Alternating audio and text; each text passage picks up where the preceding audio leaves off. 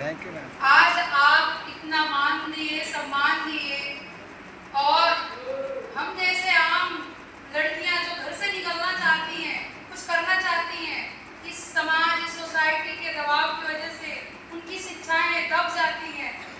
वो कुछ करना तो चाहती हैं। वो सर अभी आपसे बात कर रहे थे, बोल रहे थे कि जो चूड़ी पहनने वाली महिला है वो आज यहाँ इस स्टेज पे आई, तो इसके पीछे बहुत कारण रहा। कारण ये रहा कि हमने अपने घर परिवार की स्थिति देखी, हमने गरीबी को बहुत करीब से देखा। इसलिए मुझे इस इंडस्ट्री को मिलने के बाद लगा नहीं, ये वही प्लेटफॉर्म है जहां मैं आके इस जगह की तलाश की, इस जगह तक मुझे जो अपने जीवन में कुछ बड़ा करना था वो यही जगह है। आज आप हमको देख रहे होंगे तो आपको लग रहा होगा कि मैम आई और आने के बाद ऐसे ही आते ही इनको यहाँ पे सारी चीजें आसानी से मिल गई। नहीं तो इस लेवल तक पहुँचने और अपने जीवन के सारे संघर्ष को पूरा करने के बाद यहाँ इस जगह पे पहुँचे और ये इनकम स्टार्ट किया हमने। दोस्त, मेरा नाम हुआ सुधा पटेल और मैं यूपी बलिया की रहने वाली हूँ। और आपके ही जैसे मेरे भी घर परिवार में, जैसे आप मिडिल परिवार से हैं वैसे मैं भी एक मिडिल परिवार से थी। हर एक चीज की जो सुख सुविधा होती है उसके अभाव होने के कारण मैं किसी भी चीज की डिमांड अपने घर परिवार से नहीं करती थी, क्योंकि घर के हालात देखने के बाद एक इंसान को समझ हो जाती है। कहते हैं कि अमीर के बच्चों को पढ़ाना पड़ता है, सिखाना पड़ता है, लेकिन एक मिडिल परिवार के बच्चे को कभी सिखाना नहीं पड़ता है। क्यों? क्योंकि वो हालात परिस्थिति को देख के अपने आप ही उन सारी परिस्थितियों से सीखता है। कभी वो किसी चीज की डिमांड नहीं करता है। वैसे मेरी भी जिंदगी चलती रही। मेरे घर में 4 भाई बहन और मेरे पापा की कोई इनकम नहीं थी। मेरे पापा किसान थे और इस कंडीशन को देख के जो बचपन के सपने थे, जो जरूरतें थी, खिलौने चाहिए, पढ़ाई के लिए कॉपी किताब चाहिए, और घर के हालात ऐसे थे कि मैं किसी चीज की डिमांड जब नहीं करती थी तो मुझे लगता था कि शिक्षा क्या अच्छी मिल सकती है। मेरे पापा मुझे इंग्लिश मीडियम में एडमिशन कराए तो जरूर थे, लेकिन मेरे दादाजी के दबाव के कारण मेरा एडमिशन भी हटा दिया गया। और दोस्त, कहते हैं कि रोशनी को कभी कैद नहीं कर सकता, उसी तरह मुझे भी अपने जीवन में कुछ करना था। मुझे हालात, सर्कमस्टेंस, इन सारी चीजों से कोई मतलब नहीं था, क्योंकि मुझे दिखता था कि मेरे पापा 12 घंटा 18 घंटा खेतों में काम करते थे और फिर चंद पैसे जुटा के और हमारी पढ़ाई, हमारी शिक्षा के लिए दिया करते थे। मैं यही सोचती थी कि मेरी खुद की जिम्मेदारी है कि मैं अपने घर के हालात चेंज करूंगी।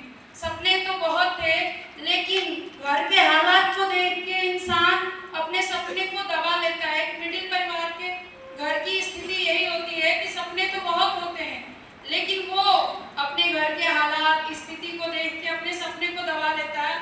मेरे भी मन में रहता था, जब मैं किसी टीचर को देखती थी, अध्यापक को देखती थी, तो मेरे मन में होता था कि मैं भी पढ़ाई लिखाई करके और टीचर बनूंगी।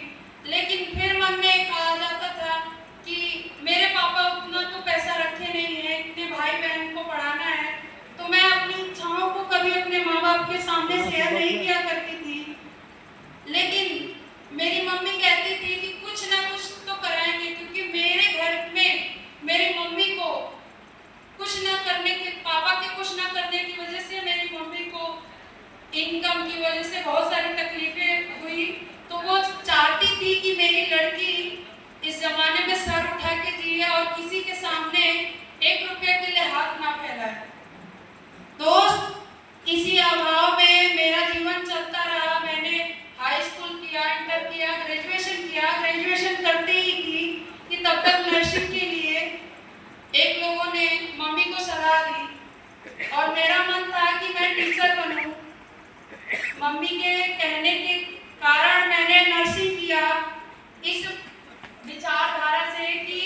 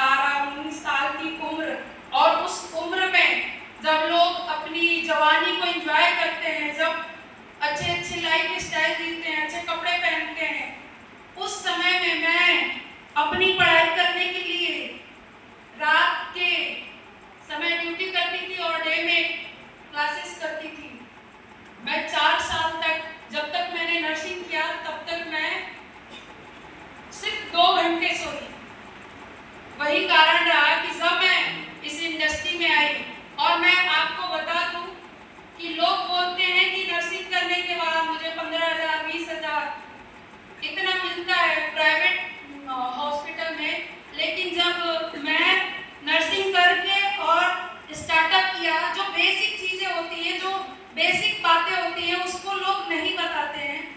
मेरा जो फर्स्ट इनकम स्टार्टअप था वो 5,000 से था। दोस्त, उस 5,000 से मेरा कुछ नहीं होने वाला था, लेकिन मैं 12 घंटा 18 घंटा मेहनत करती थी, और मेहनत करके वो पैसे इकट्ठा करके और अपनी पढ़ाई पूरी कर रही थी, क्योंकि मुझे पता था मेरे पापा किस तरीके से मुझे पैसे जोड़ जोड़ के देते थे। वो सारी चीजें मुझे पता चलती थी। और जब मैं नर्सिंग कर रही थी तो लोग बोलते थे कि लड़की है, इसकी शादी देखो, ये करो वो करो। फिर मेरे मन में विचार आता था, मेरे पापा 5 लाख रुपए लगा के मुझे पढ़ाए लिखाए, तो क्या मैं सिर्फ शादी करके और किसी के घर जाके दुल्हन बनने के लिए पढ़ाई की थी, इतना संघर्ष की थी? मुझे लगता था नहीं, मुझे कुछ और करना पड़ेगा, क्योंकि अपने माँ बाप के लिए मैंने इतना त्याग, इतना संघर्ष किया था। फिर तलाश थी मुझे किसी बेहतर प्लेटफॉर्म की, और जैसे आप लोगों को किसी डीएनईआर या किसी के जान पहचान के लोगों से इस प्लेटफॉर्म को, इस इंडस्ट्री को देखने का मौका मिला होगा। दोस्त, उसी तरह मुझे भी इस इंडस्ट्री को मेरे खुद के छोटे भाई विवेक पटेल के माध्यम से इस इंडस्ट्री को देखने का मौका मिला। मैंने उस समय में नहीं जाना कि मुझे क्या मिल रहा है, कैसे मिल रहा है। मेरे भी मन में बहुत सारे सवाल थे, क्या है, कैसा काम है, क्या करना है। लेकिन जब मैंने ट्रेनिंग को दिल से लिया, सीखा, समझा, तब मुझे समझ में आया कि मैं बाहर में क्या कर रही थी, आज मैं यहाँ पे क्या कर रही हूँ। जब इनकम की बात आई, मुझे लेवरेज लीनियर समझ में आया, राम बाजार समझ में आया। मैंने सोचा, अभी तक मैं राम के जैसे जिंदगी जी रही थी, राम के जैसे अपने समय को बेच रही थी, लेकिन आज के बाद इस प्लेटफॉर्म पे सिस्टम के साथ काम करूंगी, और राम नहीं, मुझे बजाज बन के और लोगों की जिंदगी में कुछ उजाला करना है। जब किसी भी चीज को आप देखते हैं, जानते हैं, समझते हैं, उसके बाद आपको उस पर विश्वास करना होता है। बगैर विश्वास का जीवन में कुछ भी होता नहीं है। कारण यही था दोस्त कि जब ये प्लेटफॉर्म मिला, सिस्टम मिला, मेरे अपलाइनों ने मुझे बारी बारी से सारी ट्रेनिंग दी, सिखाया, समझाया। उस समय मुझे विश्वास हुआ, तो मैंने इस सिस्टम पे काम किया। मेरे अपलाइन बोलते थे, जो व्यक्ति इस इंडस्ट्री में अपने अपलाइन पे ब्लाइंडली बिलीव करता है, वही व्यक्ति स्टार बनता है। दोस्त, मुझे उस समय स्टार बनना था। कारण ये था कि हमारी एक अपलाइन थी, उनका मैंने एक इनकम देखा था। जिस इनकम की मैं बात कर रही हूँ, वो हमारी सीनियर अपलाइन थी मिसेज अंजलि यादव मैम। उनका 1.5 लाख का चेक था, जिसमें 50,000 का जो अमाउंट था स्टार क्लब का था। और दोस्त, मेरे आसपास, मेरे सर्कम स्टेट में रहने वाले व्यक्ति जो 7 साल 8 साल डॉक्टरी की पढ़ाई करते थे, मैंने देखा था उनकी इनकम अभी 50,000 60,000 नहीं हुआ करती थी। जब मैं इस इनकम को देखी तो मेरा एक सपना बना, मुझे कुछ भी करना पड़े, कितना भी मेहनत करना पड़े, क्योंकि मैं बाहर में ऑलरेडी 12-12 18-18 घंटे काम करती थी। मुझे मेहनत करने से डर नहीं लगता था, लेकिन मेरे सपने बहुत बड़े थे। दोस्त, इसी कारण जब मेरे अपलाइन मुझे बता रहे थे कि जब व्यक्ति स्टार बनना चाहता है, उसे किंतु परंतु नहीं करना है, उसे अपने अपलाइन की बात को ब्लाइंडली बिलीव करके उस सिस्टम पे काम करता है, वो व्यक्ति बहुत आगे जाता है। और कारण यही रहा कि दोस्त, मैंने एजुकेशन पे ध्यान दिया, सिस्टम पे ध्यान दिया, अपलाइनों पे ध्यान दिया, बिजनेस प्लान पे ध्यान दिया, जिसका कारण रहा कि लॉकडाउन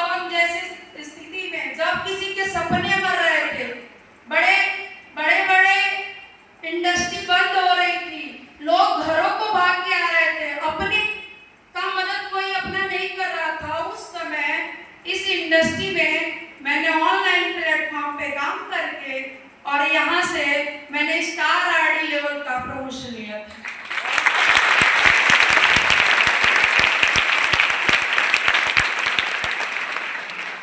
दोस्त, जब मैं स्टार आरडी बनी, स्टार आरडी बनने के बाद मेरा सपना था कि मैं जब स्टार एलईडी बनूंगी तो अपने माँ बाप को 4 धाम यात्रा कराऊंगी, क्योंकि मेरे लिए मेरा कोई सपना ही नहीं था। मुझे अपने माँ बाप के लिए कुछ करना था और मेरी दूसरी तैयारी थी स्टार एलईडी की। लेकिन कहते हैं कि परीक्षाएं तो होती है, जैसे आप एग्जाम देने जाते हो उससे पहले आपको बहुत सारी परीक्षाएं टीचर लिया करते हैं, उसी तरह मेरे भी इस इंडस्ट्री में आने से पहले भी बहुत सारे संघर्ष रहे, बहुत सारे कठिनाइयों को झेला मैंने। लेकिन उसके बावजूद भी जब मैं यहाँ आई तो मेरी जो संघर्ष की स्थिति थी, जो जर्नी थी, उसमें आसान नहीं था कि मैं आई और मैं स्टार आरडी बन गई।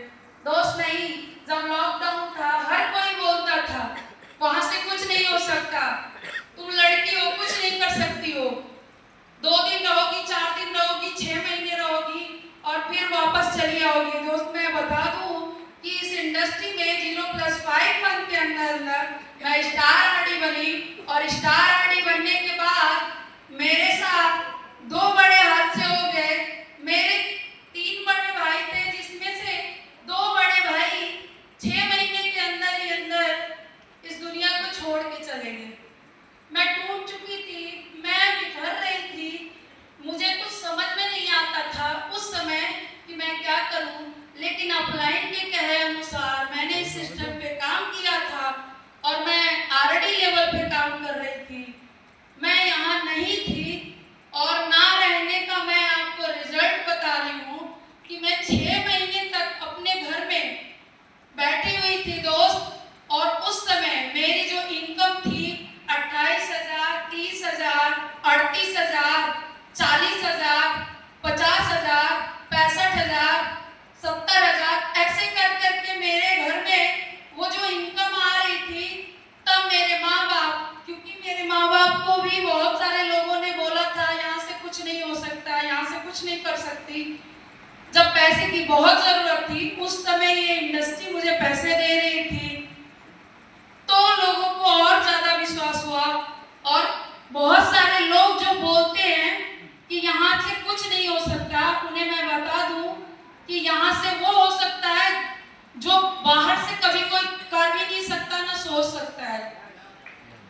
दोस्त, जब मैं 6 महीने बाद लौटी तो मेरे सपने तो खत्म हो गए थे, लेकिन कहीं ना कहीं मुझे मेरे डाउनलाइनों की जो चेहरे थे, जो जिनको मैंने वादा किया था कि मैं तुम लोगों को बनाऊंगी, वो सारी चीजें मुझे याद रहती थी। फिर मैं लौट के आई और मैं अपने डाउनलाइनों को एक एक करके आरडी का प्रमोशन दिलाई और मैं इस इंडस्ट्री में स्टार आरडी प्रमोशन लेके खड़ी हूँ।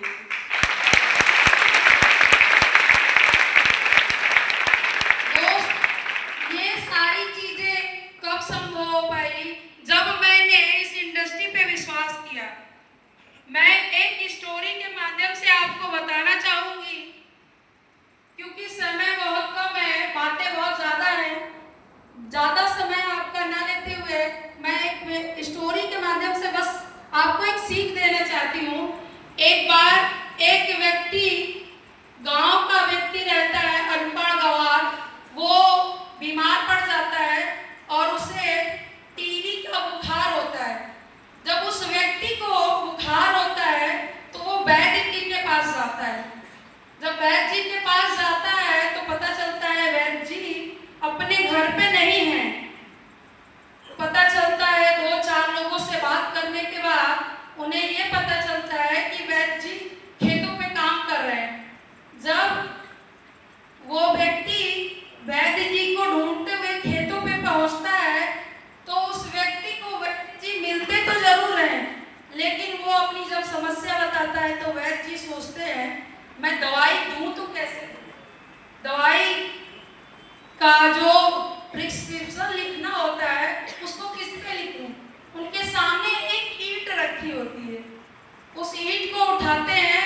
उठाने के बाद मिट्टी से उस ईंट पे जो दवा होती है उस दवा का नाम लिखते हैं और बोलते हैं कि जाइए इसको लेके और इसको दवाई को लेकर और उसको पानी में घोल के और पीजिएगा। वो व्यक्ति पढ़ा लिखा नहीं होता है, उसको इस बात का इल्म नहीं होता है और वो व्यक्ति जो है उस ईंट को लेके जाता है और 6 महीने तक उस ईंट को पानी में डाल धुल के और पीता है। और पीने का नतीजा ये रहा कि 6 महीने बाद जब वैद्य जी के पास आता है तो बोलता है कि वैद्य जी मेरी दवाई खत्म हो गई है, मेरी दवा फिर दोबारा लिख दीजिए क्योंकि आपकी दवा बहुत ज़्यादा असर कर रही है। तो वैद्य जी पूछते हैं कौन सी दवा? वो व्यक्ति बताता है जो ईंटे पे आपने लिख के दिया था, जो मंत्र लिख के दिया था वही वाली। वैद्य जी अंदर से मुस्कुराते हैं लेकिन उसको बताते नहीं है। कहते हैं कि दोबारा लिख के देते हैं और कहते हैं कि जाओ इसको फिर से यूज करना और उसका रिजल्ट बताओ। दोस्त